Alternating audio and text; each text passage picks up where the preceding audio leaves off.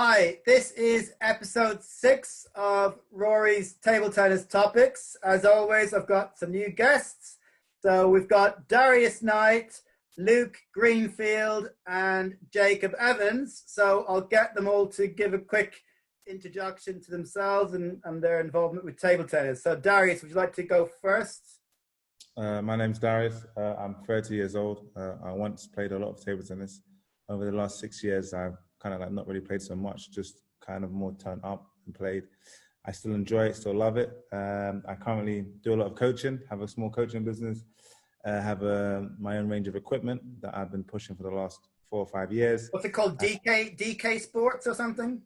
Yeah, so the table tennis is obviously called DK Darius Knight, and then obviously the plan is obviously in the long term is to have other sports, so it's just called DK Sports, so that it's just not really connected to me. It's just DK Sports, so that it's trying to be a brand.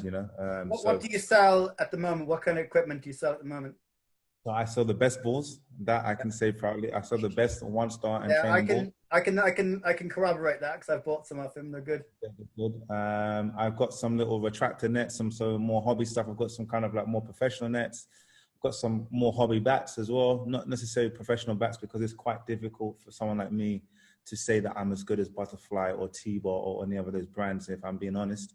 But my whole thing is more for the general public. And then apart from table tennis and coaching and equipment, I've got a logistics company that is gives me the biggest headache in the world, but seems to be taking over my life. And that was all to start trying to understand the logistics of selling sports equipment. So how can I do it in a efficient way and a cheaper way compared to the other table tennis companies? Because once you talk about storing tables and paying a driver 40 quid to deliver one table, it becomes very, very expensive. So I started that as a little hobby, but unfortunately it's turned into a £2 million turnover company.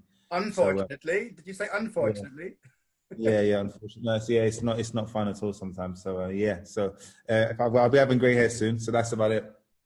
And tell us a bit more about your coaching business. How many hours coaching you do? How many people work for you? You got people working for you. So originally, I started off as myself, and I started with people like Chris Lewis, Joseph Langham, because we all grew up in the same area. Then I was fortunate enough to get a few foreign coaches that came over to England, wanted to just study a better life. And then eventually I started to employ coaches. So I started to employ coaches, put them in schools. So anything that I do with coaching, people pay for it. It's never to do with any funding, no school funding, no government funding. So I've probably taken the harder route, but I know that I have a solid business foundation, if that makes sense.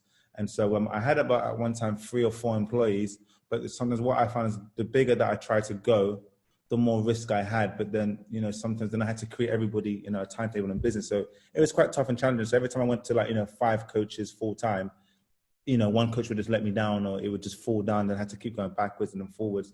So I've worked out that probably 3 employees is probably the magic number, where it's not too crazy, not too bad.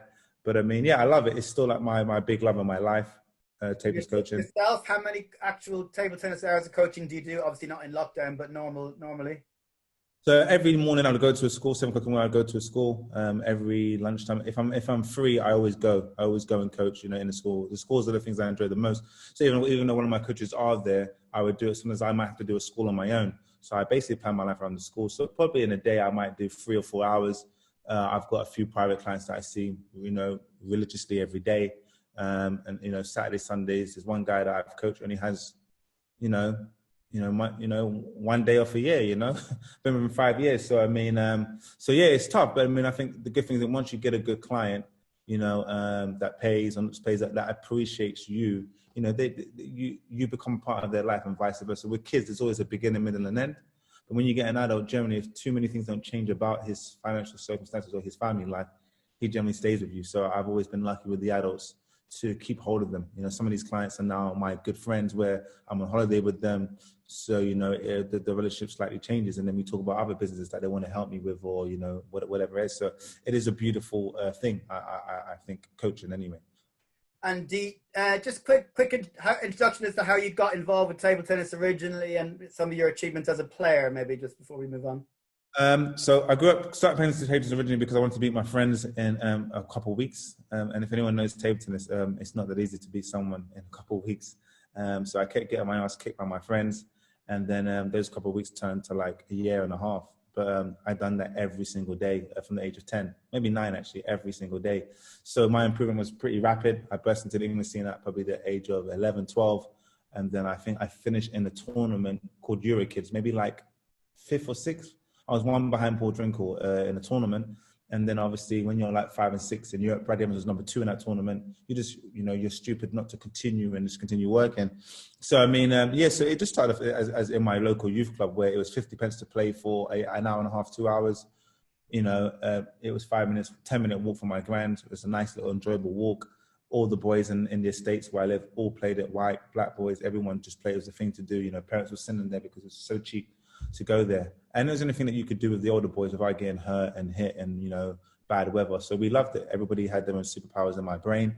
In terms of achievements, it took me a long time to be national champion. I won the under 21 nationals at 16 before I won a junior nationals. I lost to Paul every year, every final, twice in the same weekend.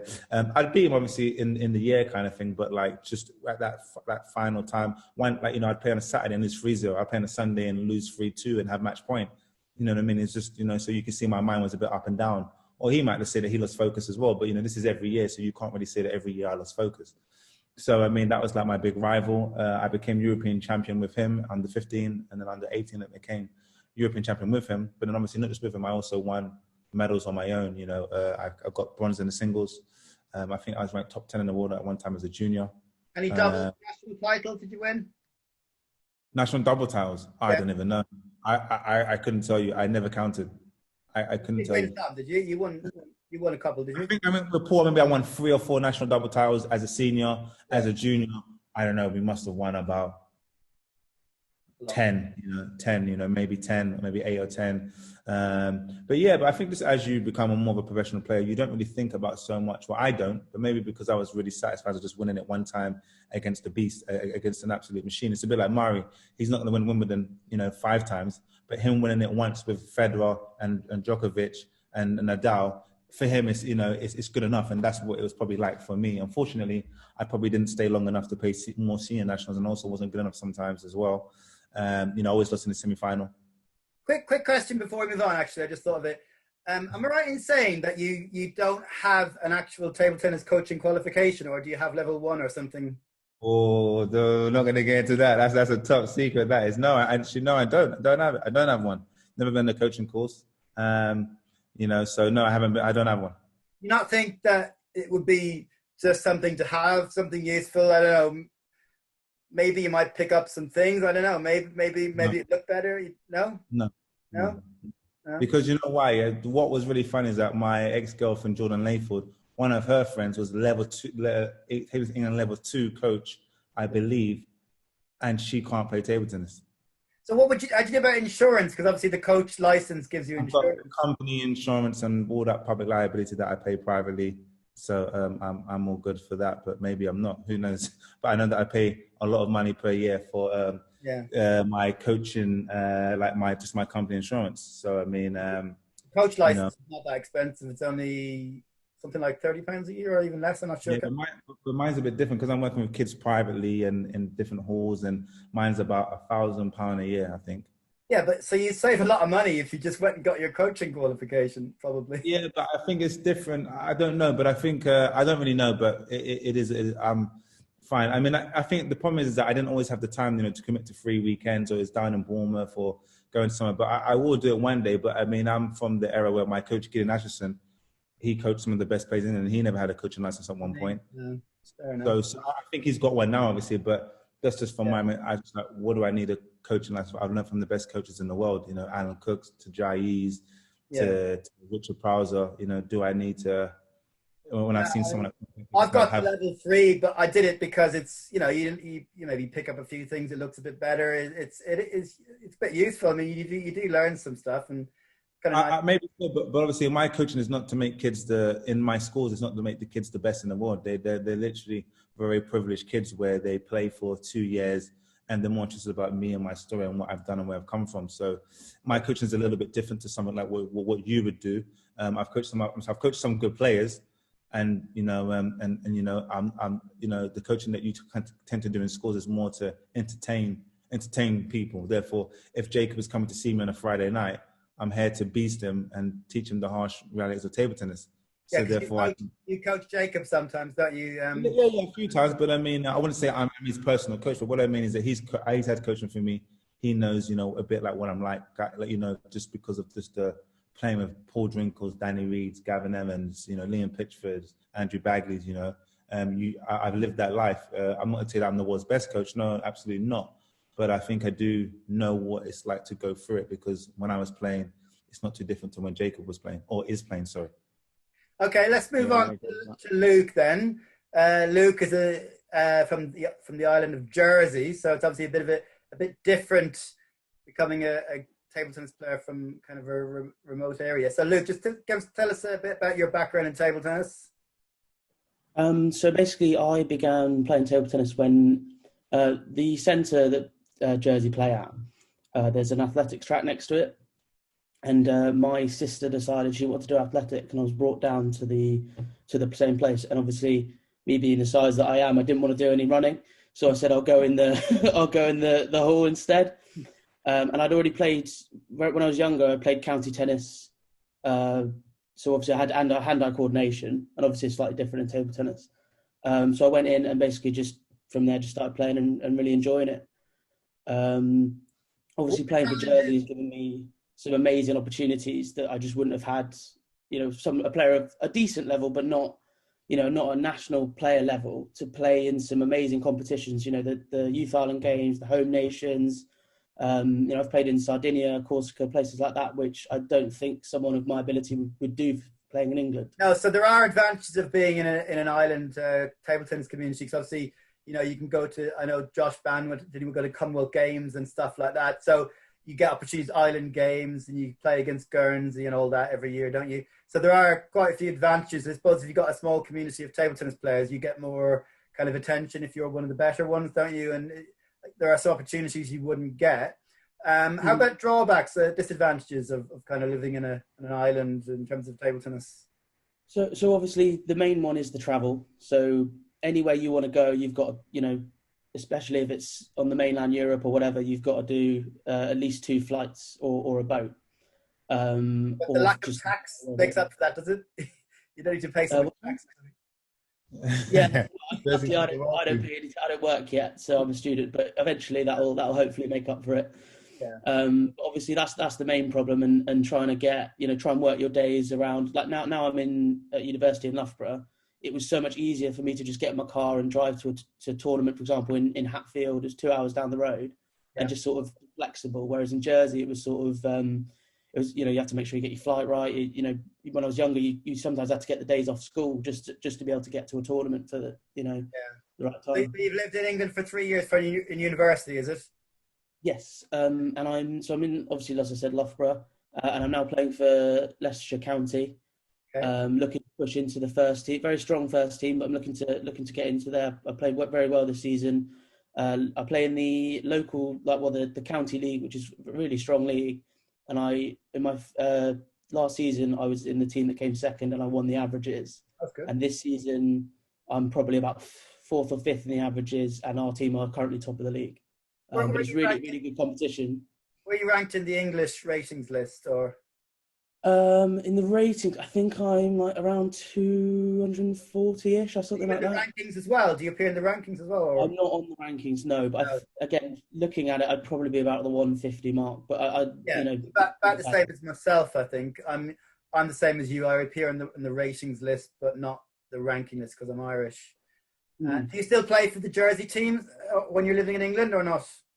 I haven't played for them in a while, but I mean, you just got to get selected for these things, and I haven't been selected for other things, maybe because they just haven't seen what I've been doing, but for whatever reason I haven't. But I'm looking, like I said, I'm really enjoying playing for Leicestershire.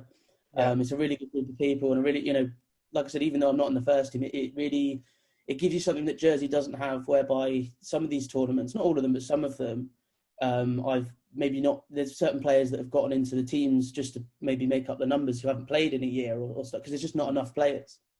We still have some good, obviously very good players, such as Jordan's now playing in Peterborough, Jordan Wykes, Luke Miller's now at Grantham, top 50 players.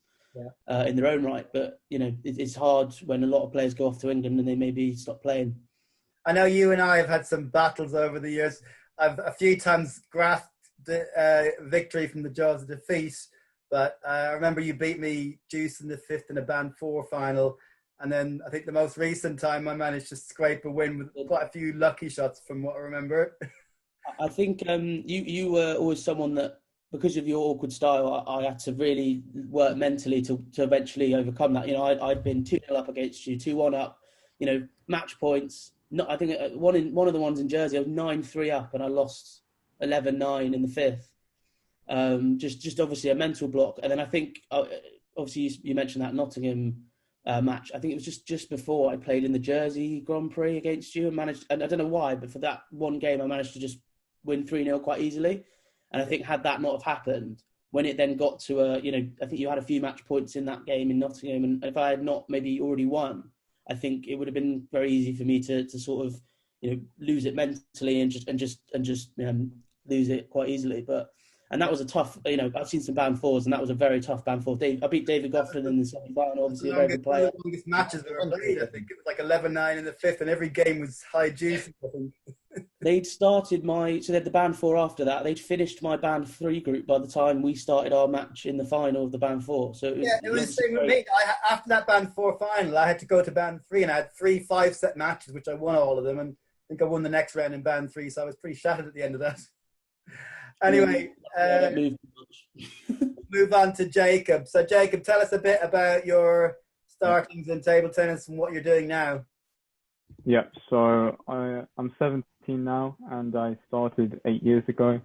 Back then, I played quite a lot of sports, but like around the summertime, I think I started. I just sort of tried out table tennis in like a summer camp kind of day. I think it was with Martin, which is why I got in. Martin Jazizek is the guy to Horsham Table Tennis Club to begin with, I think. Yeah. It says my internet's unstable. You're coming and going a bit, but we'll carry on. Okay. So yeah, I started there. Then I didn't play again until that Christmas, where I joined the club and then played quite regularly.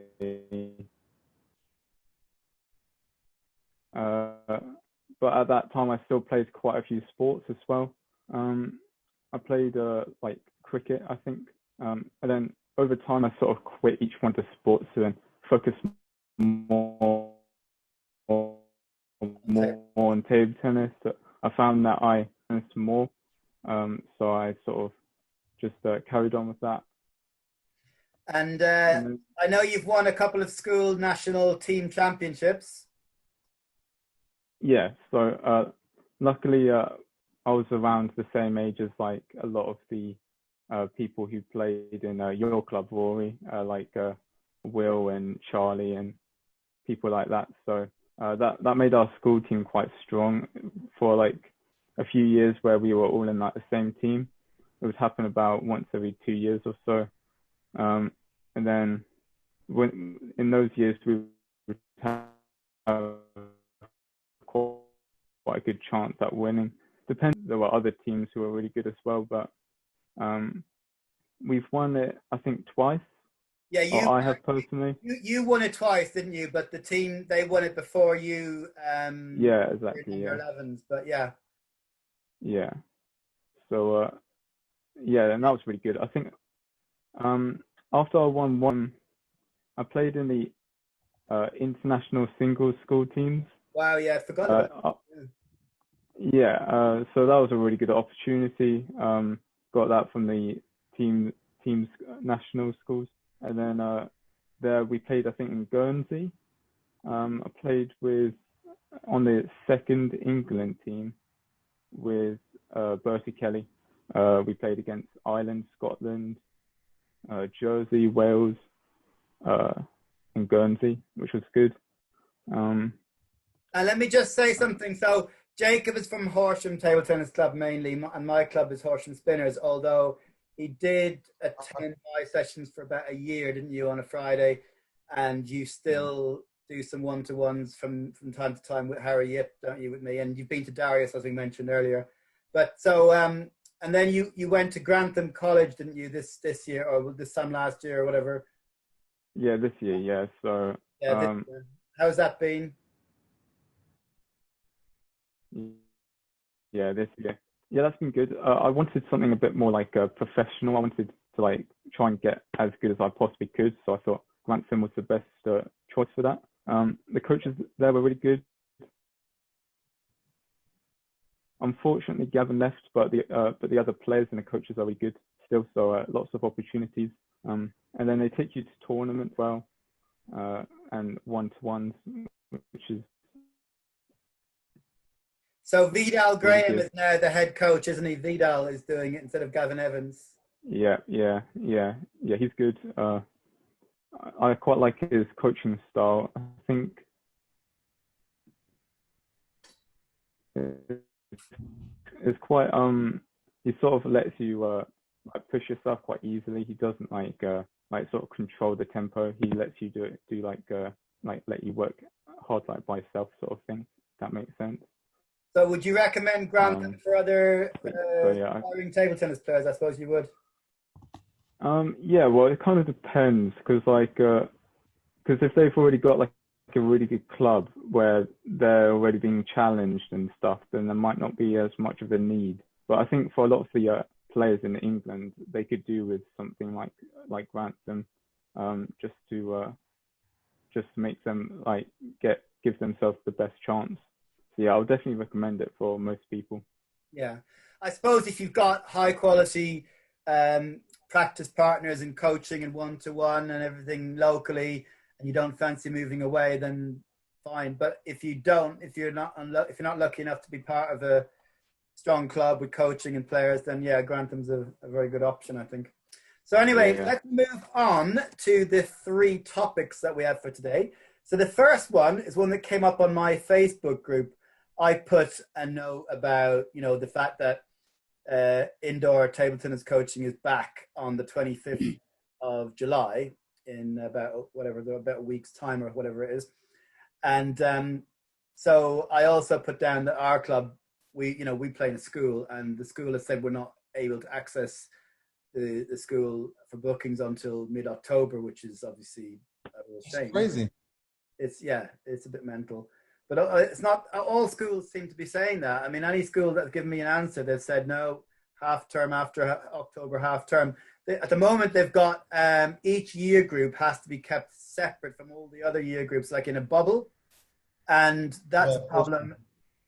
So for after school clubs and whatever else, that might affect numbers. And they're just not having external coaches in their clubs either for the after school club. So I think I'm not going to be working again probably until January unless I find some kind of a temporary part-time job because I'm a full-time coach and my main work is in school. So so anyway, I put on that I would be available for one-to-one coaching indoors at the leisure centre from the 25th of July, and I just put down my rate, which is £25 an hour, which I think is quite reasonable and kind of standard rate, which I've been doing coaching for 20 years. And like full-time for 15. But I was quite surprised at the number of people that seem to question the amount that I'm charging, like £25 an hour, suggesting that it was too much, and other people are charging less. And I think up north of the England, people may charge less, but certainly a lot of people charge more. Anyway, so I decided to make one of the topics for this show about the cost of one-to-one coaching. So how should coaches decide what to charge? What do people feel is reasonable? And how do parents know what is the right kind of price for the right coach? So, I mean, if you get your level 1 coaching qualification and you go in, can you suddenly say, I'm going to charge £25 an hour? Or if you're Darius Knight, can you say, I'm going to charge £100 an hour because I'm experienced and I'm a high-level player? Or do you have to put? Well, you're still a high-level player, Darius. What, you're number 8? You're still better than us, so. Okay, fine. I'll take that. So anyway, I'll go to Jacob first for this one. As a Okay. player, obviously Jacob's not a. Oh, actually, you are a coach now, aren't you, Jacob? Kind of. Yeah, like I got my level 1 last year, I think. Yes. Have you done? Yeah. You haven't done any coaching except I think I got you to cover for one of my sessions once, didn't I? But have you done any other coaching or just volunteering in the club that you're in, Horsham? Is it? Well, I do volunteering in Grantham as well on Tuesdays. I do it as my work experience as well. Yeah. So I do a bit there. You've done it in Horsham in Greenway before, haven't you? Yeah. Previously, yeah, I've done it in Greenway, Horsham. So what are your Wednesdays, thoughts on Friday. like if you were going to do some casual coaching, one-to-one coaching, just to get a few extra pounds for whatever you need it for, what would your opinion of what you could charge as a coach, as a qualified coach, and obviously quite a high level player? You're number 32 junior in England, is that right? Something like that, yeah. Yeah. So what would you think you could be allowed to charge, or what's reasonable for you to charge? Do you think if you were going to do one-to-ones in your? I would say like for me, I'd be like £10 or £15 an hour. Right. Personally, because what I think would like value the most as a coach is like experience as a player and sort of experience overall. Because like the high level of the player, the more understanding they have of the game, and so like they know what it's like to go through all the levels of the coach. And I think for me, I'm a bit younger. I might not have like quite all the characteristics for a right coach. But I think that £10 to £15 an hour would be enough for me.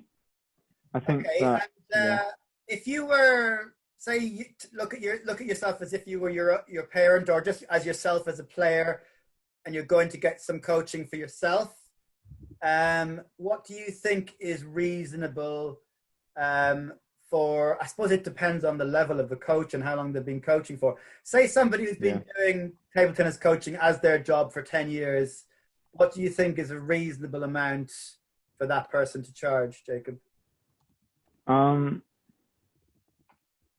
I guess it's quite difficult because I would sort of like maybe try them out. I would say like maybe like standard rate, maybe £25-30 an hour for 10 years, maybe experience for coaching. Well, maybe I'm gonna leave my comments to the end. But what have you got? Any other comments about how can parents kind of find out what is the reasonable amount, or how can coaches set their own amounts? I mean, have you any thoughts on that? Yeah. Well, I think that like level wise, I don't think that speaks that much because there are loads and loads of like good quality coaches who aren't like qualified at all. I think that there aren't many coaches that speak some volume of quality, but I think like level 1, 2, and 3. I don't think that means that much because there's a lot of other coaches who are like level 1 who might be as good as level 3 in my opinion. Okay, so here you think the levels don't matter. So what do you think does matter? What would enable a coach to increase their price? What kind of characteristics? Is it experience, years coaching, or what do you think? I would say experience is quite big. Playing as a professional player. Playing as a professional player. They had, that would be like a big bonus in my opinion, definitely. Okay. I would try and seek those sort of coaches out. Yeah. Okay, so we'll move on to Luke. Luke, what are your thoughts about this topic? So I think that, like, realistically, being from Jersey, we had from when I started in 2011 to 2015, I believe, we had Craig Gascoigne, who he was level 4 coach. Obviously his university degree level, I believe, to do that. Very good at coaching technique, very good at and for me, luckily, he was a very good coach for me. He was almost like a friend. I think that's another important thing of like being a coach, but we'll get onto that. I think he charged £20 to £25, which I thought was particularly reasonable. But but at the same time, I mean, he probably could have charged more if he wanted to, because there wasn't anyone else with his qualifications and obviously his the level he got to in terms of, he was at number 6 in the UK at one point or whatever it was. No one else was around at that level. You obviously had older people in Jersey who had played their whole lives and maybe could teach you certain things, but I think he was, his price was very good. For someone who, I've done my level 1 as well. Have you? Good. And I think that for someone of my level, I think £10 is about fair. I mean, I might think I know a lot about table tennis, but that doesn't mean you can necessarily transfer that and be able to teach someone else to do it in their way. And I think that with the whole parents thing, I think some table tennis players are lucky that their parents have, maybe been in the sport before and they sort of know how it goes. My parents have never really, never been anywhere near it. Obviously, they've been in sport in general, but not table tennis. So I think, obviously, it's important to ask around. And I think that one thing that really benefited me a lot was, obviously, Craig was a busy guy with being the only coach. So I would get, Jersey had at the time some very top players, good players, that I could basically pay a tenner and just basically train with.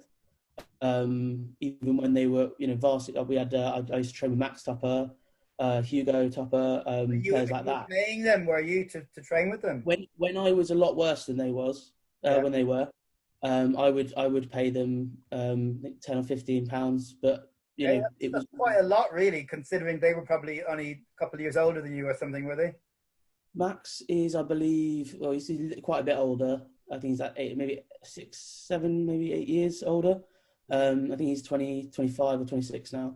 Right. And Hugo was, I think, 3 or 4 years older. But, I wasn't good enough to train with them really at that time. So I think it was only fair for their time. And also, to be fair, Max and Hugo would give me lifts home. So it was sort of like a bit of that as well. You could argue that it was kind of almost they're they're juicy maybe to kind of give something back to the club. But I mean, I guess it's of course. Well, as I got better, they train with me anytime for free. It was just sort of, I think had I just asked them to come and train with me a bit, I don't think they would have been. But I think my parents thought it was only fair that if it depends on your level. If you're of a level below, I don't think it's fair to say, oh, you're that much better. Your time should be given, but they give a lot to the club. So you approached them with them suggesting that you were going to pay them, or did they say they suggested the charge? I guess we approached them. Well, then that's fine. That's perfectly fine. And actually, I think it's a good idea. That shows initiative, I think, because you sought out some good practice partners, and actually, you were prepared to pay, which is probably fair, like you say, and you got something out of it, and you became probably as good as, if not better than those players. I'd say. Would you say similar level? I think I definitely didn't get to Hugo's level that he was at, because at one point he was going to like obviously now Jersey have got some, as I mentioned before, Luke and Jordan, but and Josh in the past and others. But I think the level that Hugo got to, he was going to home nations or whatever and looking to win medals, which obviously most Jersey players wouldn't be necessarily looking to do. Me, for example, I would never be in the medal conversation unless it was the consolation. But even then, but I think obviously they just went to university, and this is what happens a lot in Jersey. They go to university, they sort of realise what they want to do with their lives, and then maybe just don't play as much. So I'm definitely better. I think that's a really good idea. I think that's something that a lot of people wouldn't have had the initiative to do. I mean, maybe you don't want to afford, you can't afford £25 an hour to go to a coach, but that's quite a good idea. Just pay £5-10 an hour to a good player who maybe isn't as high a level as maybe the coach, but they're a higher level than you, and it's good enough to and maybe you could do some one-to-ones as well with the coach, but then you can't be shelling out for one-to-ones like 3 times a week. Some people can, some people can't, but I think that's a clever idea to try and just get yourself more quality hours of table time. And to be honest, that wouldn't really. I think, like I said, being from Jersey, as I've mentioned about 500 times now, I wasn't into water sports. I wasn't into things like that, and table tennis was something that I just loved doing. At one point, I was playing 6 times a week, almost sometimes 7 every day. And obviously, like I said, Craig was the only coach, so he can't be expected to, one, to be able to pay £25 every single time, and also for him to have time to play with you every time. not unusual in England for there only to be one or two coaches in an area and they're busy and they've got other things. I mean, there's not huge numbers, especially in kind of more isolated areas, but even in bigger areas, there's not that many coaches around. So they've only got a limited amount of time that they can give. So I think it's a clever idea. So Darius, what's your views on this topic? Well, so the cost, I mean, I think obviously growing up in London kind of thing, basically the basic school rate is maybe like 30 pounds an hour. That's the minimum people charge in schools. What I know, obviously, so then it goes up to £40.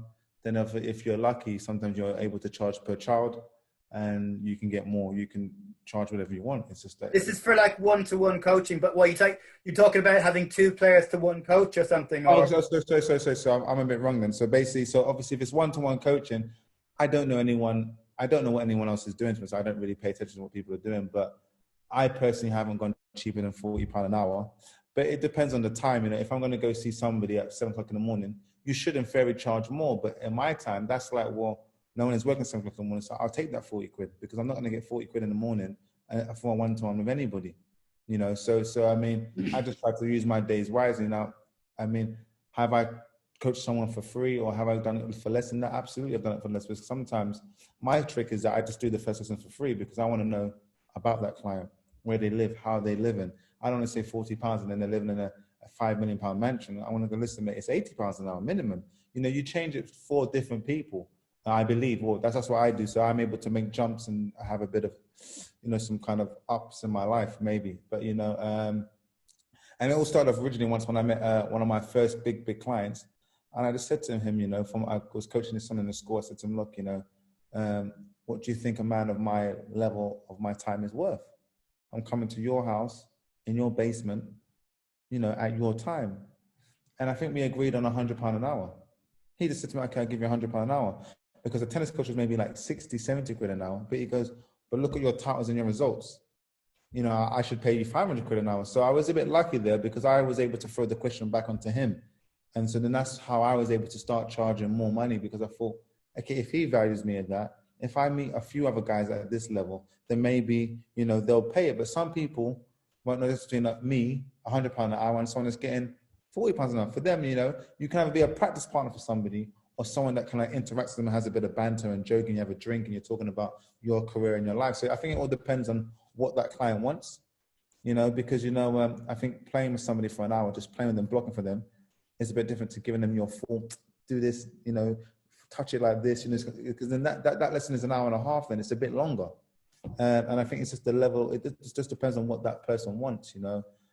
So, I mean, yeah, I mean, so I've charged £40 and I've charged 100, I've charged £200 an hour, I've charged £500 an hour once, you know, you know, but also it also just depends on my time of day. Now, if it's kids, I always have a cheaper price just because I like working with kids. When I'm working with adults, it's just work. I don't really like it because those adults are never going to be good players. Those adults, I'm just their toy for the month or for the year. If for kids kind of thing, you do play a big part in their life. They look at you as if you're a superhero. Oh my God, that's just so cool. But you're only so cool for 2 or 3 years, and then they go, "Wow, don't want to play anymore. I met some girls. I'm going to uni. I'm smoking." So I mean, you know, you've really got to strike while the iron is hot a little bit, I feel. So I hope Luke, you're going to say something there?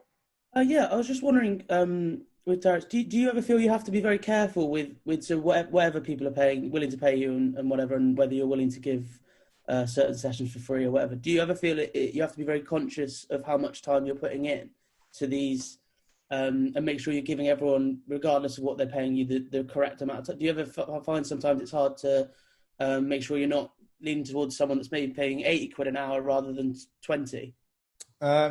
Yeah, yes and no, but I always just try to give my best. I think, you know, it's only 1 hour normally, so it's very easy to give your best for an hour. Do you know what I mean? It's not so bad. And if it's 2 hours, it gets a bit more difficult. But, you know, obviously some people, I talk to them more in their business language, you know.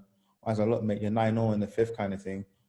You've got to do a short serve to make them work for it. If you do a fast serve, yeah, you might win 100 grand more, but you might just lose 100 grand as well. So some of those guys, I talk to them in a business term of just keep it simple. If you can nick £1 from somebody every time you see them, you would do that. Now, if I beat you 11-0 and destroy you, you're going to be coming with vengeance towards me. So I try to deal with everybody a bit differently. Like to some kids, they just want to talk to me ask me about my brother and my sister, my mum and my dad. There's one girl I love coaching her, coach her every week on a Friday, and actually I don't really coach many girls, but I love her because she's cute. I look at my little brother and I think, wow, these two are the same age. The parents are very, very interesting. I had a legal issue with my flat last year and the parents helped me out. Now that advice is, it was me potentially losing 150 grand, and they gave me some advice and then they helped me and then I was able to not lose that and just, so it's like sometimes it's a trade for trade, but whether it's 40 quid, or not kind of thing. So sometimes I might do a group session for £40, but actually I'm there for 2.5 hours. But, that's not my rate, but, I've got me and a few of my coaches, then it does become value for me. If you've got 6 kids there, it becomes for me value for money because you've got me there. If you were to pay me privately for 1 hour, it would cost you, £80 or £40 or just whatever it is. But actually I'm there for 2.5 hours. I'm talking to everybody. I'm trying to push them. So there's some people that I like more. I just want to help them more. But, at the end of the day, I think you just try to give everybody your best and everybody feels, oh, I got a bit of Darius. So, I mean, there's sometimes for sure some people have been upset with me. But, I think 99% everybody's been quite happy with me. Hence why people always come back and stuff like that. And when I've coached, I always say I've never lost a client. Some of the guys that I coach today, I've been coaching for 5 years since I started coaching. So I've been quite lucky in that. And I make sure that I give my best because you're self-employed. You don't know when that last session is. You don't know when their financial situation changes. So you've got to be a pig because once it stops, it stops. By the way, have you done any outdoor coaching in the lockdown or anything like that? Or once or twice with one or two young girls, one or two young girls, one or two of the clients, like the younger clients that the kids. But obviously, they the ones that play a bit more serious, they know that I don't really like them. Obviously, when the weather's been great, I have done it. The weather's lovely. Why not? But only 5 or 6 times during lockdown. And I mean, most of the time, I actually only do coaching in people's houses, and apart from schools, just because. And obviously, I've got a club on a Tuesday and Friday. So I always make sure that I try to come on, Jacob used to see Jacob, I try to come 80% of times on the Fridays and show my face and play because actually I had a good group of kids that love table tennis. So when these kids want to play like Jacob and some of the others, I want to be there because I want to give them, me, when I'm normally just like, yeah, forehand, backhand, do you know what I mean? When like people like Jacob are playing with them, it's a really interesting level because you can make them better so much quicker by just giving them that, I can be harsh on them, which, I think it's important because table tennis is a harsh sport. It's not let's mess around. So I mean, I think some of those kids would say that they appreciate it as well. So no, it was nice. Jacob, you gonna say something quickly? So I could feel the passion with Darius's training. So I felt like it was at like a high level. Then like it would be.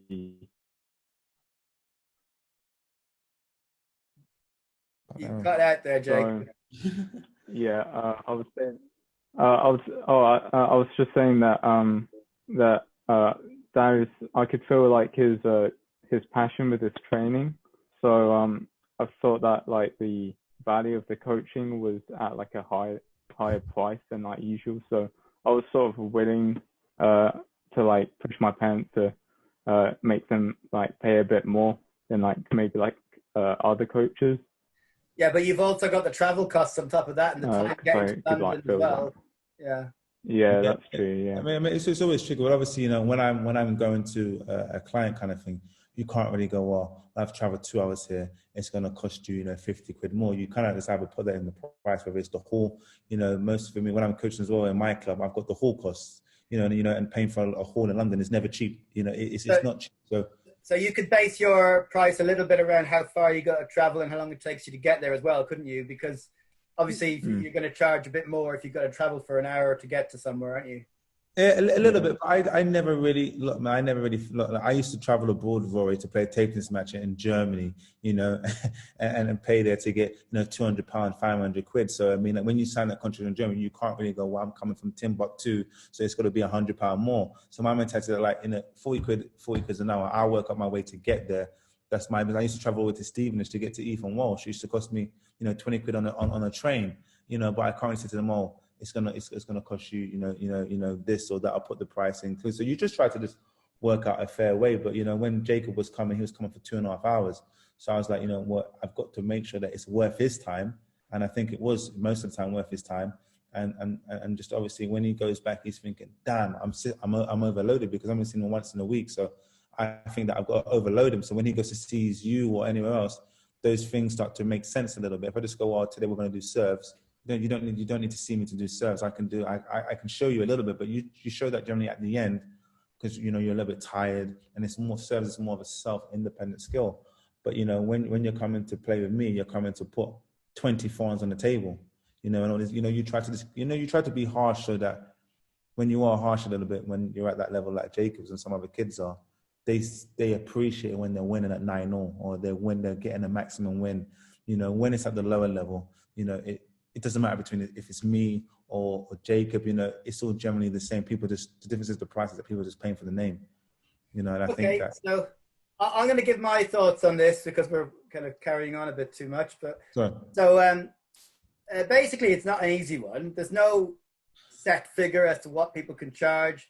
There's no guidelines. Nobody tells you what to charge.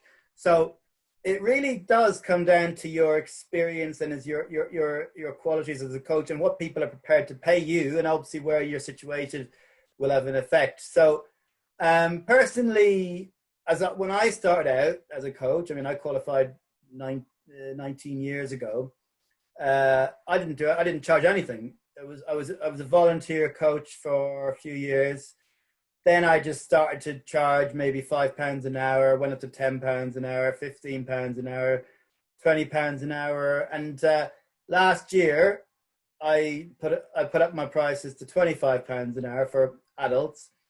And I actually charged £20 for juniors for similar reasons to what Darius said.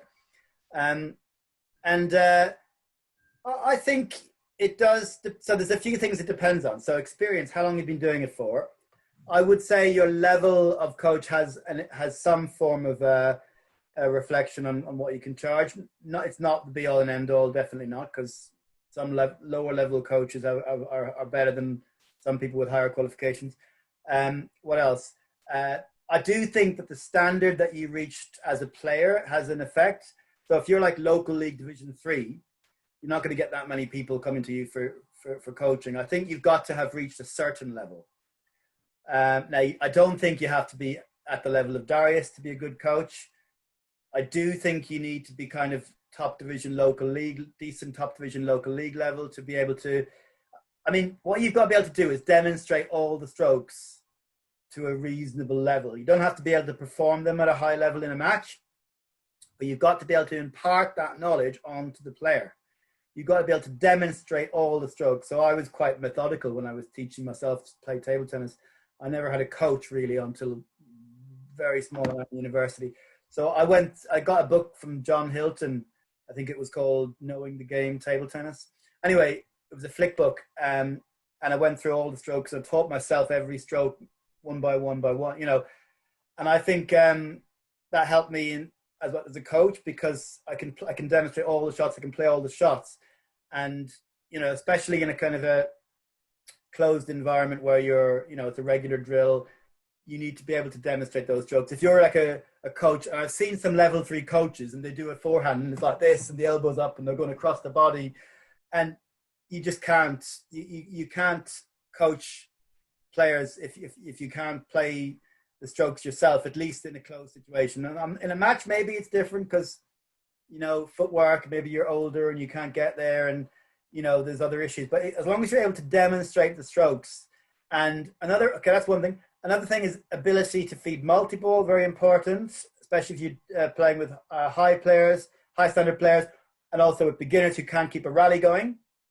Being able to feed and block and play within a rally, again, that's mainly when you're playing when you're coaching higher level players.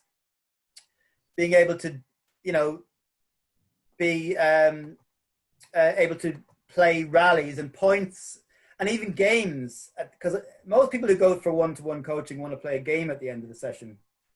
You know, and if you're playing a game at the end of the session, and your player that you're coaching is just thrashing you, I mean, I don't think that player is going to be too keen to come back again. Yes, Luke? Well, just to like add on to that, I think that's exactly right, and I think that's why I think group sessions can be so important, because Yeah.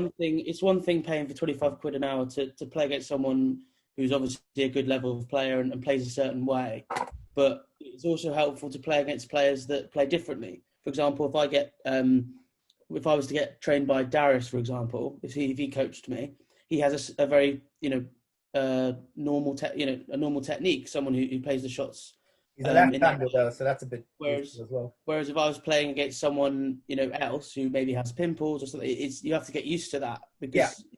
because not all coaches. To kind of pick up that point, I think a coach should be able to play with all the different types of pimples, anti-spin. I think they should be able to play with both hands because, I can play to a decent level at my left hand. I can beat players up to kind of local league Division 1 as opposed to Premier. So second level of local league. And I think, especially when you're coaching kind of kids and people on the way up, I think it's good to be able to play left-handed and serve left-handed if you're a right-hander. Play with all the different pimples, even a hard bat. So I do these kind of things for fun. So in local league matches, I'll play with a hard bat. I'll play with short pimples. I'll play with medium pimples. I'll play with normal rubbers, both sides. I'll play with my normal match. My normal game is long pimples, but I can play with anything. And I think that's also a good characteristic for a coach because you'll have somebody come to you, lost to this old guy in the league. He used pimples on both sides. Rory, your skills are far superior to mine. I can't play my opposite hand. I can't play with long pimples. I'm a one-trick pony, lefty all the way. That's it. Attack. I can maybe chop a little bit, but not even much.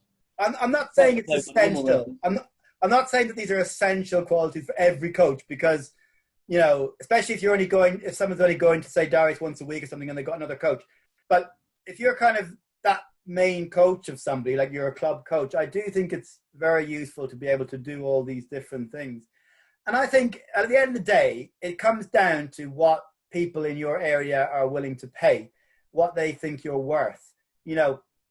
If people are coming back, they're enjoying the session, they keep coming back, then you're obviously charging a reasonable price. If you're struggling to pick up any people, then maybe you're charging too much. I think new coaches like Jacob and Luke shouldn't be charging more than £15 an hour. 10 or 15, like they said, is fine. I think if a new coach comes into the scene, even if they're a good player, I don't think you can go straight in and charge £20-25 an hour. I think you got to earn your badges, earn your stripes a bit. I think you got to put in the time. I mean, I bet Darius didn't start. Well, maybe Darius is different because he's a high-level player. But I would say that, obviously it depends. Jacob and Luke, they're kind of like at uni. So for them, it's either they work in ASLA, or if they can get £15 an hour and get 2 hours a night, or 10 hours a week kind of thing, then why shouldn't they? They're definitely better than. They're definitely worth more than someone working in ASLA. Not to disrespect anybody. Obviously, they're definitely worth someone working more than ASLA because they're putting so much more time. So it's very difficult. I don't think you should limit yourself. But obviously, if you can get away with 40 quid an hour, then go on and do it. But obviously, you're not going to get many of those 40 quid an hour. So it's always good to start at 20, 25. Yeah, Darius, I'm not saying that they shouldn't charge £20 an hour, but I don't think they should start charging it immediately. I think they need to get some experience. You can't go into your first one-to-one session unless you're, like. I always do the first one for free. I always do the first one for free. Yeah. Always do the first one for free. I think whether it's right or wrong, I think high-level players, like say, even top 20 in England players, I don't think it's necessarily right because the top players don't always make better coaches. They do sometimes, but these top players can seem to charge more and they get more business and they can probably start charging higher amounts as they immediately start. So they say they finish their professional career or their table tennis career as a player and decide to want to get coaching, want to do some coaching. They probably can charge more initially, but players of kind of Jacob, me, Luke, standard, we're all within a fairly similar standard. I don't think someone like us could just start charging £25 an hour off the immediately. I think you got to build it up a little bit. I mean, look, at the end of the day, this is my opinion. If you can go out there and start charging £25 an hour after getting your level 1 coaching qualification, then go for it. There's no strict guidelines. This is about opinions. And this is like, it came up, as I say, on my Facebook group. So I think it's, it's an interesting discussion. There's no right or wrong. Parents at the end of the day have to see what they think is important to their player. Different people will want different things. For example, for me, if I wanted to get some coaching for myself, I'll be honest, I wouldn't really be that interested in how good of a coach the other person is. I would probably be more likely to go to someone who is a high-level player, regardless of whether they're good at coaching. Because for me, I kind of know, I'm a coach myself, I know what I want to work on. And I would just want to play with somebody better so that I would be able to improve my standard that way. But, beginners, they're going to want much more instruction, whether it's adults or juniors. I think different coaches suit different people. Different people have different wants and needs, and they'll play different prices and whatever. There's no necessarily right or wrong. I think it really depends on the situation. Okay, so that was a long one. We'll move on to the second topic, which was the challenges that face people who don't live near a top table tennis club or don't have a good table tennis coach local to them. So this is another one that came up on Facebook within the same discussion. Rebecca Morris, I think it was, she was saying that she'd got 2 daughters and they don't have a good table tennis club nearby or high-level coaches, and they end up spending lots and lots of money traveling to other clubs an hour away, and then they've got to pay the coaching on top of that. She said what they've got is a local club where they have to pay, I think it's £10 to rent the table, £5 per person, and then they've got to pay the coach on top of that.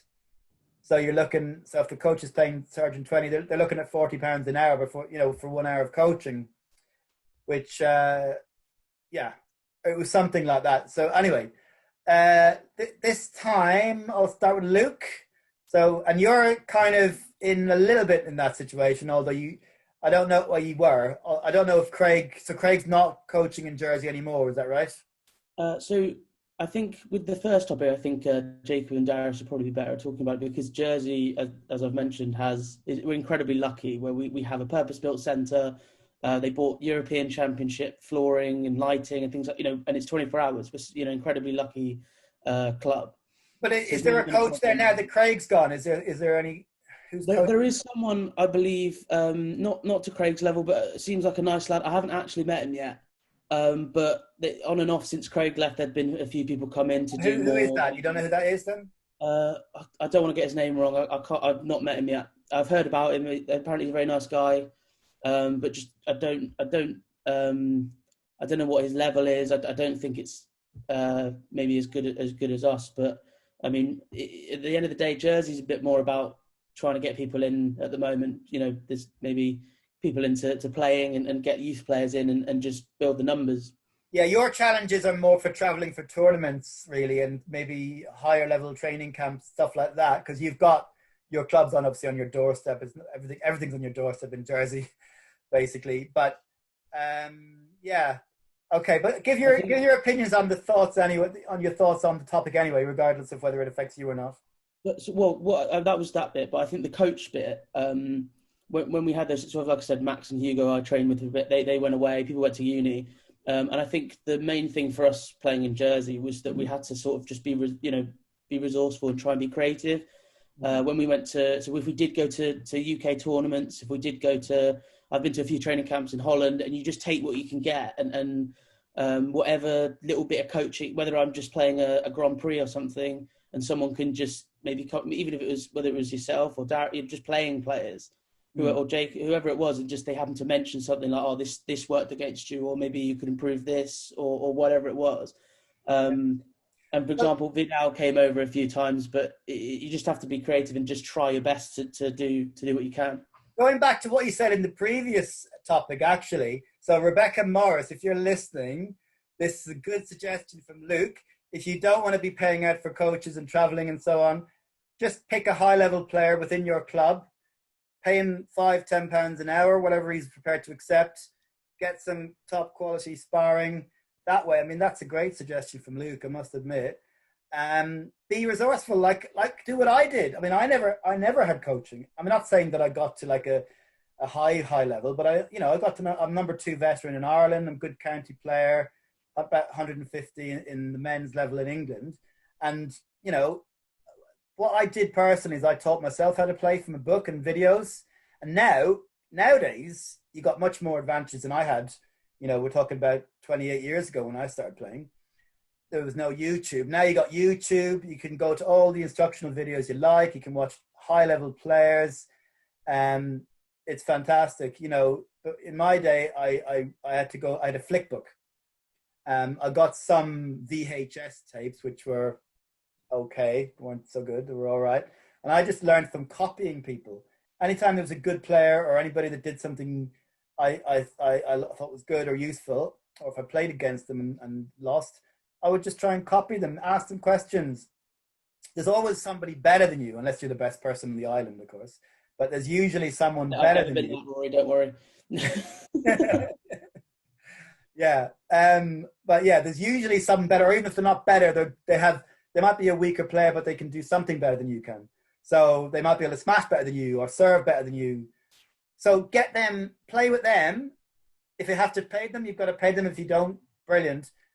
Get them to repeat that thing that they do well, and try and copy them, maybe ask them questions about how they do them. And in return, you can tell them how you do something you do really well. So if you've got a good serve, they've got a good smash, they show you how to smash, you show them how to serve. I mean, when I was in school at the age of 16, I'd probably been playing a year at that stage. I became the best player in my school after a year of playing.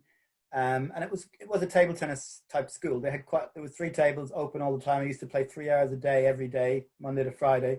And I used to play in the evening when I got home from school on a robot and everything. Anyway, what I did was, because I was the best player in that school and some of the players who had been challenging me actually stopped playing, or they left the school, whatever, I started kind of coaching the kind of younger kids to try and, with the aim that they could get as good as, better than me, better than they were, so that they could give me some better training, better practice. So it's also it can be in the interest of the better player to help you to get better, because then they've got a better training partner, so that you could phrase it in that way, if you, as a good way of getting a better player to practice with you. And, you do need to play against people lesser than you, gives you confidence. You can practice certain things. Maybe you're playing somebody better. You don't feel you can really practice your flick because you're missing it all the time. But if you're playing somebody worse than you and you're missing some flicks, but you're still winning a lot of points, they probably will accept that a lot more. So I think there's definitely bonuses to playing with people worse than you, as well as there are for playing people better than you. You need a bit of a mixture. Yes, Jacob?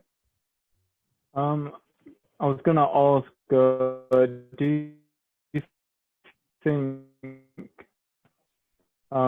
playing in Jersey, do you think that's affected your level as you've developed? Sorry, I missed that first bit. Has playing in Jersey affected his level? Is that what you're asking? The fact that he can't go to tournaments very easily because he has to fly. So does he think that has affected his level? Okay.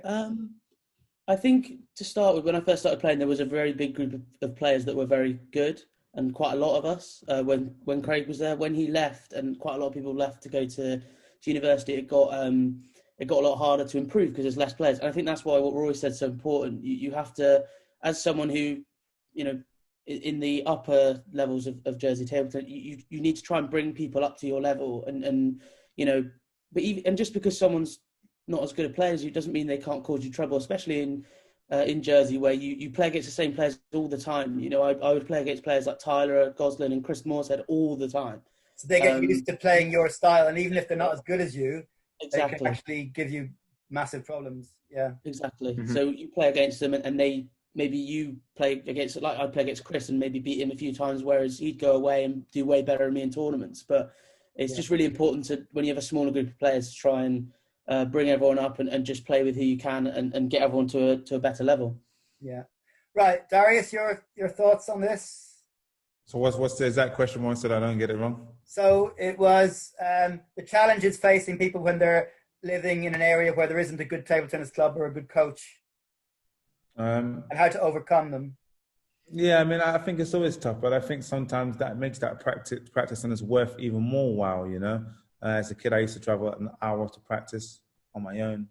At 10 years old, get home at 11 o'clock at night. That was on my own at 10 years old, you know. So I mean, and it just makes sometimes a journey a bit more worth it. You know, some people they have it on their doorstep, they don't appreciate it, you know. But obviously, I think sometimes in tennis, you know, you've got to go through some hardships. You can't just have everything put on the plate to you because the sport is definitely not like that. But I think when you get to a certain level, I'm sure when Jacob was coming to me that long train journey, he came and he made sure that it was worth it for him. Therefore, if that was just down the road, I think he would probably behave a little bit different. But that's probably a called being young. But I think, you know, if you really love it, then you got to move. You got to move and find the right club. But I think in England, there's no perfect club. You know, it's not like China or France where in Germany where there's clubs that make you European champion, you know. We obviously there's a few historical clubs in England, London Progress, Fusion.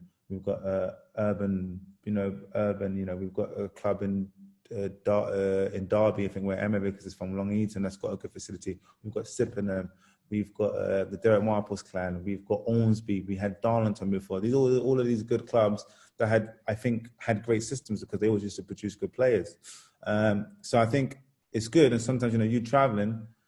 I used to travel to Progress as a kid and try and beat people there. Travel an hour and a half. You know, go to cycle, beat them, come back and get home late and just, you know, that kind of thrive. You know, or go to Jags. It's called Jags Fusion now. You know, Fusion is probably on my doorstep, but it's just so ugly for me to get to. I don't really want to go there now. But you know, playing tennis, I used to travel to Austria to live in Austria to practice. You know, it's the same kind of thing that as a good player or as an international player, you still go through. You travel somewhere to get there, but obviously you try and base yourself a bit more there. So I think obviously when people are saying about there's not enough good clubs around, then if you really want to do it, you just got to have a move or make that sacrifice. Okay. And Jacob?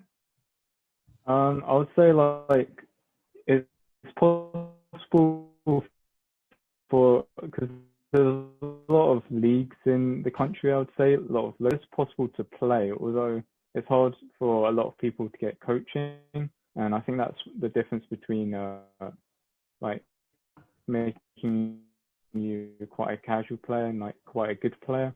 I would say that there's quite a big difference in like the potential where if you had a coach and you didn't, quite a big advantage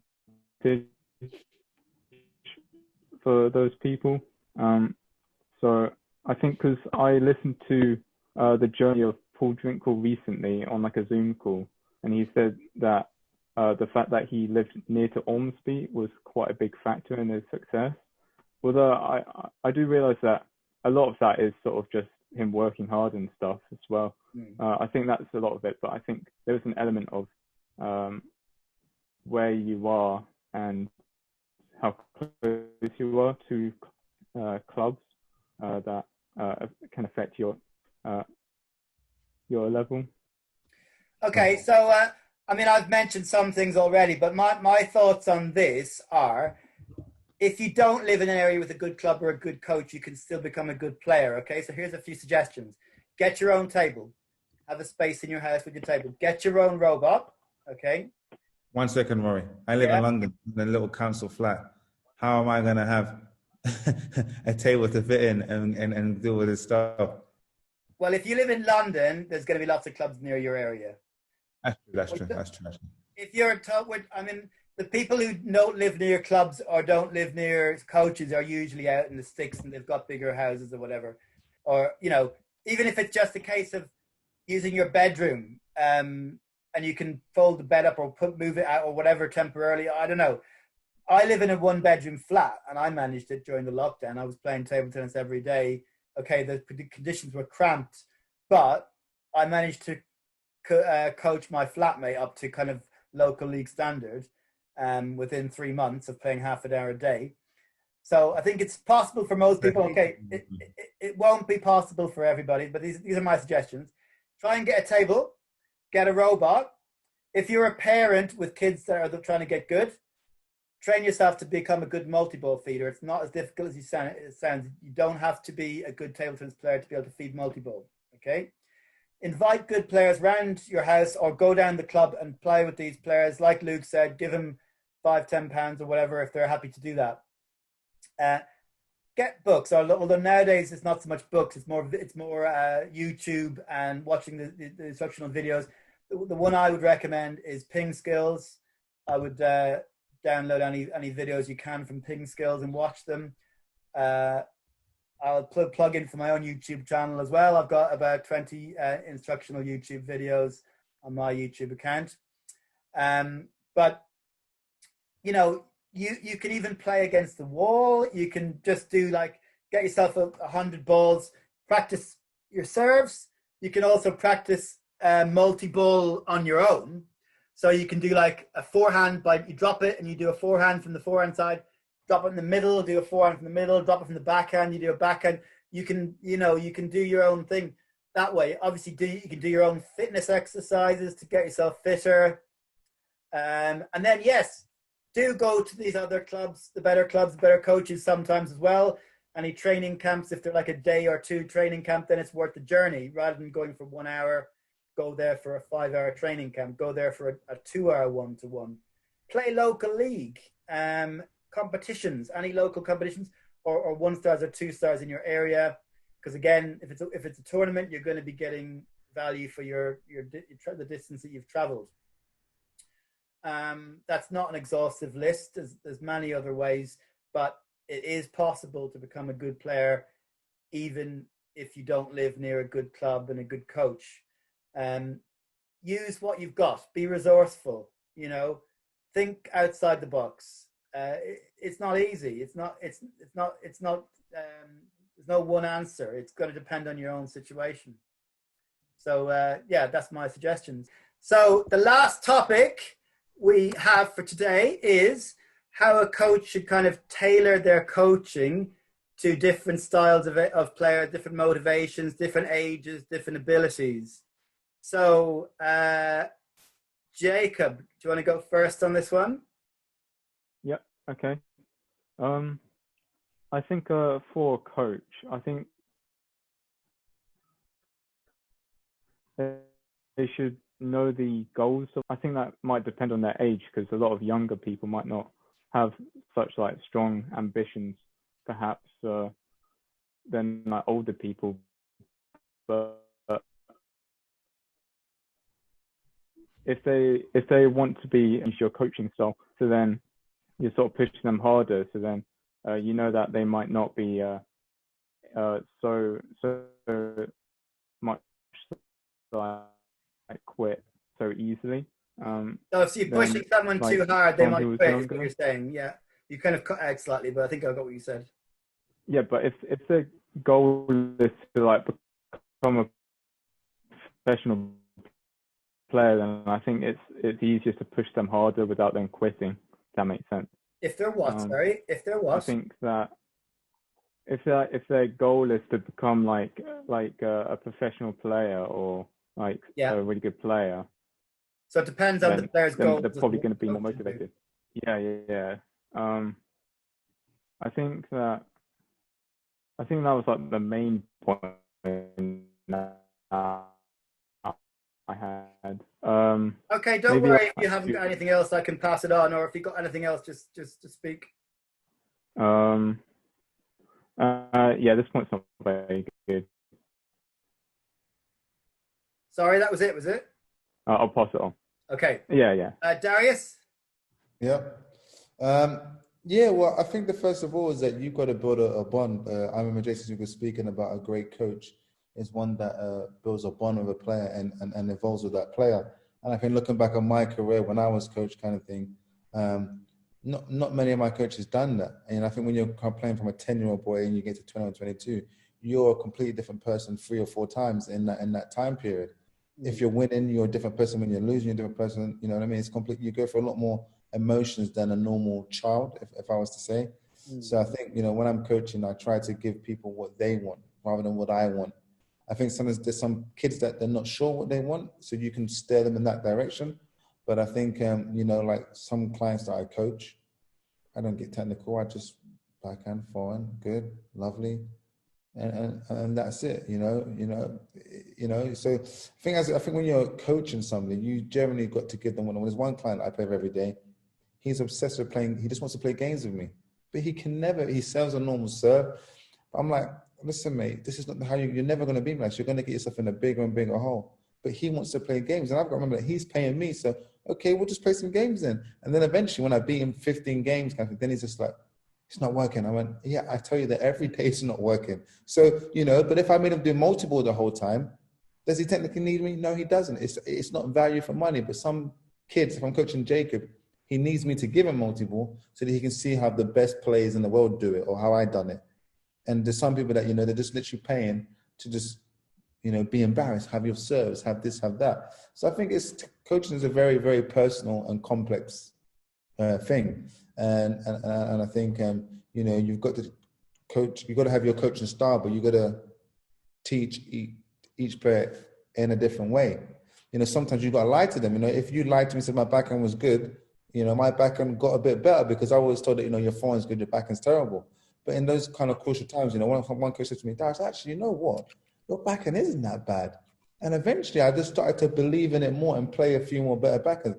Didn't mean I went around playing like Krianga or Liam Pitchford, but, I got a bit, that 1% more out of me, and it helped me do a bit better. Therefore, with my old coaches, they were like, no, you run and use your forehand and do good serves. And I think that's where like a good coach kind of thing, like a versatile coach can just, teach you or play tricks in your mind to do different things, if that makes sense. And obviously coaching in the hall and coaching in the tournament is two different things. Coaching in the hall, treat me like a dog, treat me like a rubbish person. You're rubbish, tell me anything. But in the hall, don't patronize me. Just sometimes ask me how I'm feeling. What do I think I need to do?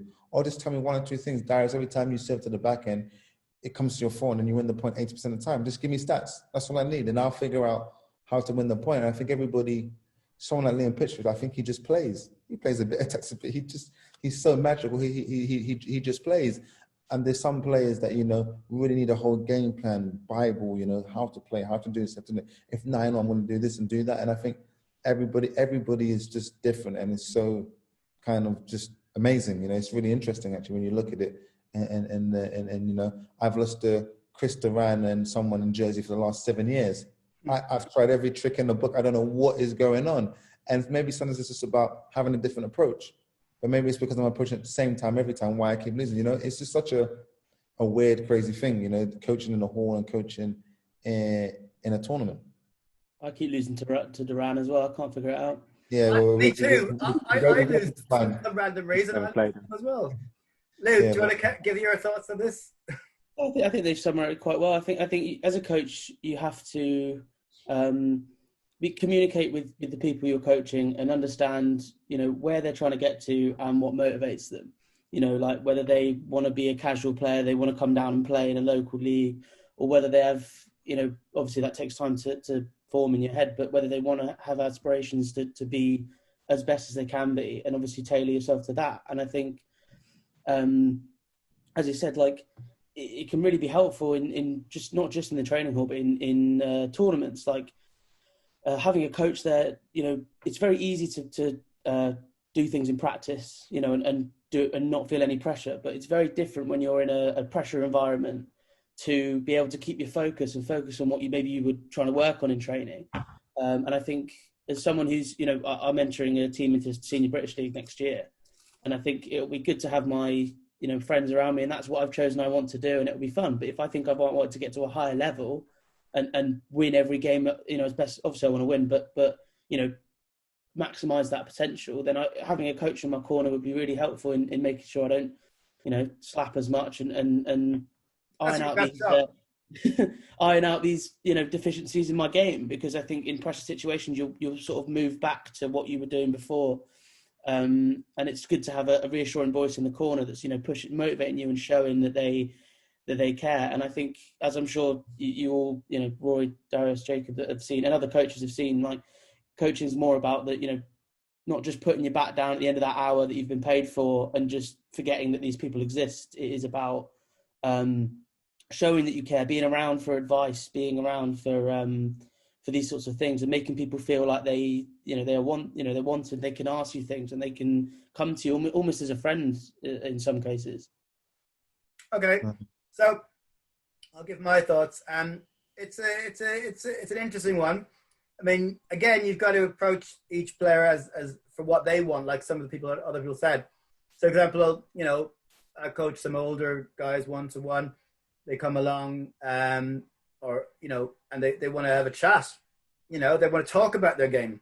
So we spend probably, out of an hour, we probably spend 15, 20 minutes talking about the game, talking about tactics, talking about stuff. But, he's in his 70s. He probably can't play full out for an hour anyway.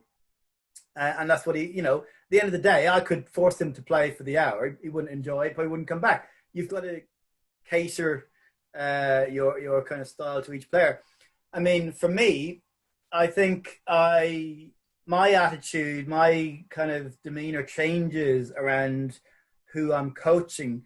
When I'm working with young beginner players, I tend to be much more kind of bubbly and, kind of praising everything and being kind of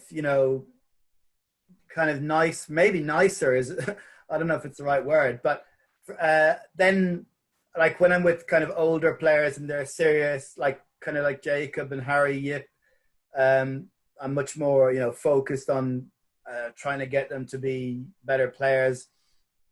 Where I think it's difficult is when you're coaching young kids who are really good. Okay, so young beginners is kind of easy-ish. It's you try and be praising and nice and upbeat the whole time. Advanced players, you're like serious most of the time. But I think you still need a bit of fun, even with those serious players.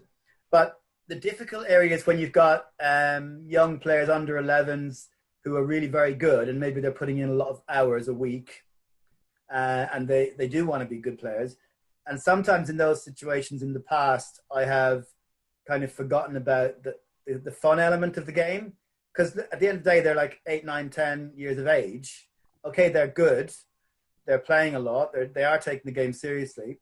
But if you push these kind of players too hard and you're too serious all the time, and it's happened to me at least 3 times I've had good under 11 players that have quit or at least seriously reduced their amount of play. And yeah, it's because I've kind of neglected the fun element of the game.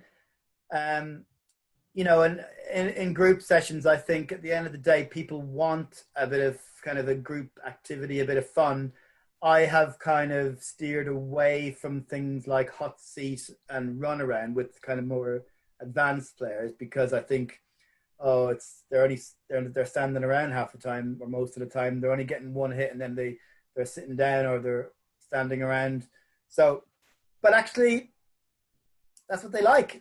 I'm not saying doing it for the whole session, but maybe allocate 10 minutes end of the session for something a bit of fun.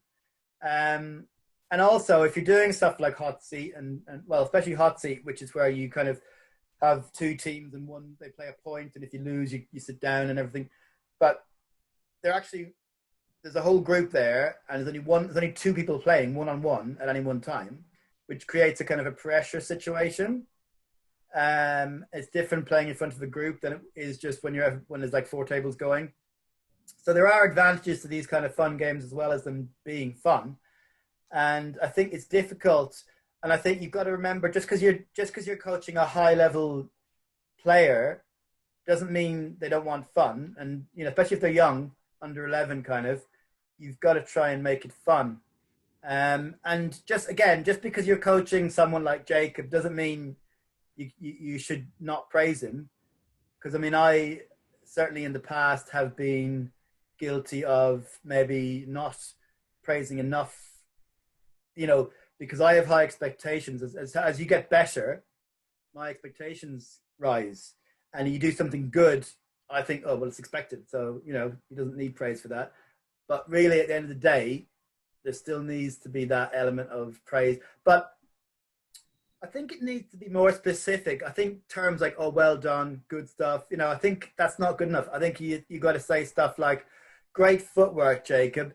Try and get the forehand to finish in the right place. Kind of give a bit of constructive feedback as well as the praise.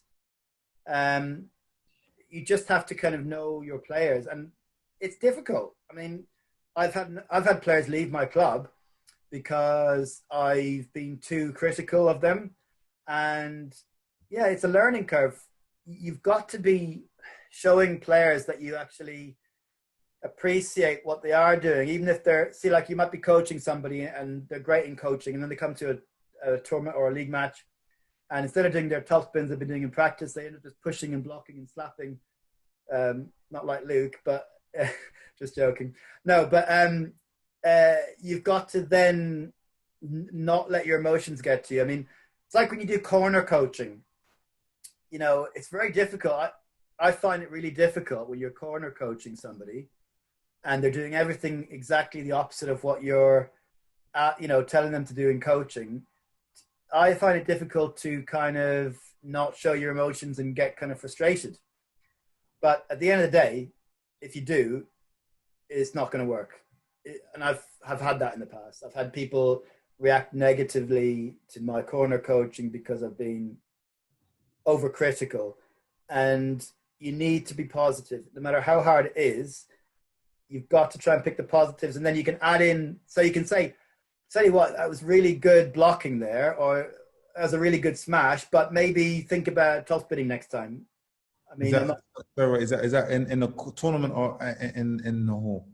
Probably both. This is when you're playing matches I'm talking about. Yeah, I mean, my take in matches is that you've got to sometimes lie to the player as well, because sometimes I've been nervous and playing terrible.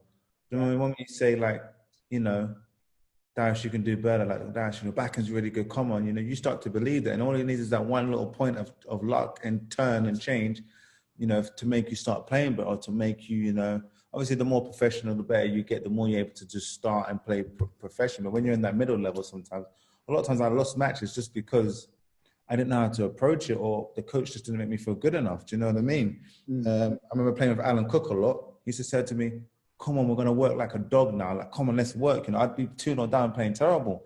And he'd be like, come on, let's work. He can see that I'm trying to get myself alive or trying to get away into the match. And, you know, you could be like, oh, that's rubbish. Yeah, I know it's rubbish. I'm losing 2-0 and getting destroyed. But, you know, something's just like, Darius, maybe try your high toss serve, try your something serve.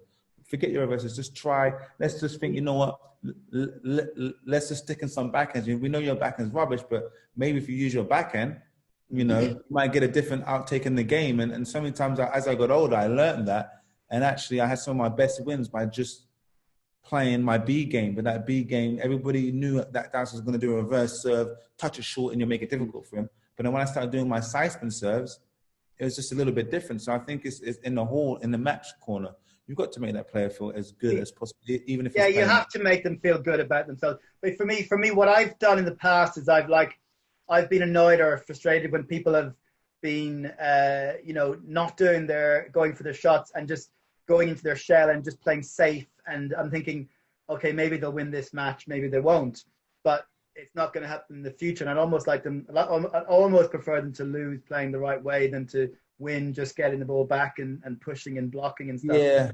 But but my frustration didn't help.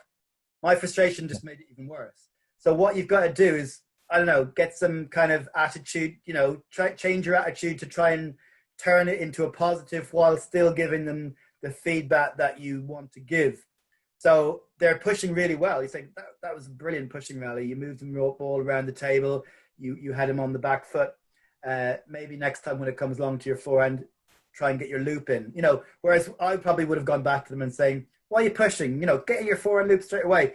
And that does nothing. That just gets the player on the, you know, riled and annoyed. So I think it's all about how you phrase it and your body language. I mean, if you're going in your head and hands up in the air, that does nothing. You see OC, you know, to launch my back on his head. It's the last thing I need you doing. But sometimes you do need, if I miss a smash, you know, you have to go, oh my God, you just missed a smash. You know, and I think everybody, you can't control your emotion. You imagine you're playing against, you know, I don't know, Zoran Primorac and a legendary player 10-9 up to win the 4th game or 5th game. Of course you're going to go, what?